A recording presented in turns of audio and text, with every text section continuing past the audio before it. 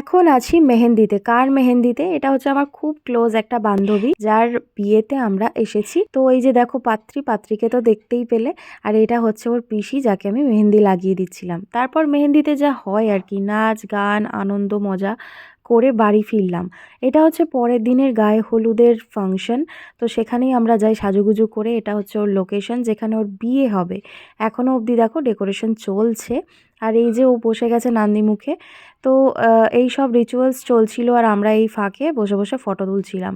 আর এখানে দেখো সব কটা বন্ধুবান্ধব এক জায়গায় হয়েছি আর বসে আড্ডা দিচ্ছিলাম। তারপর ওর গায়ে হলুদের রিচুয়ালস শুরু হয়। আর এইটা হচ্ছে রাত্রেবেলার লুক। এখন আমরা যাব হচ্ছে বিয়ে বাড়িতে। আর এই যে দেখো ওকে বউয়ের সাজে কি সুন্দর লাগছে, কি মিষ্টি লাগছে।